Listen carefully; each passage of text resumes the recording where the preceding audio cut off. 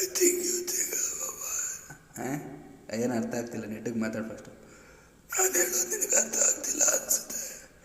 ನೀನು ಇವತ್ತು ಸಾಯ್ತೀಯಾ? ಲೈ ಮಗನೇ, ಮುಚ್ಕೊಂಡು ಫೋನ್ ಇಟ್ಬಿಡು, ನನ್ನ ತಲೆ ಕೆಡಿಸ್ಬೇಡ, ಮತ್ತು ಚೆನ್ನಾಗಿರಲ್ಲ.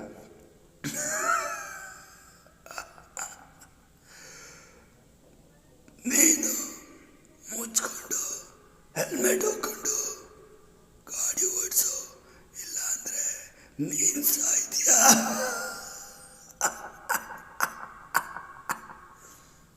ಓ ಮೈ ಗಾಡ್, ಸಾರಿ ಸರ್. ನಗ್ಬೇಡ, ಹೆಲ್ಮೆಟ್ ಹಾಕೊಂಡು ಗಾಡಿ ಓಡಿಸು, ಅಷ್ಟೇ ಹೇಳ್ತಾ ಇರೋದು.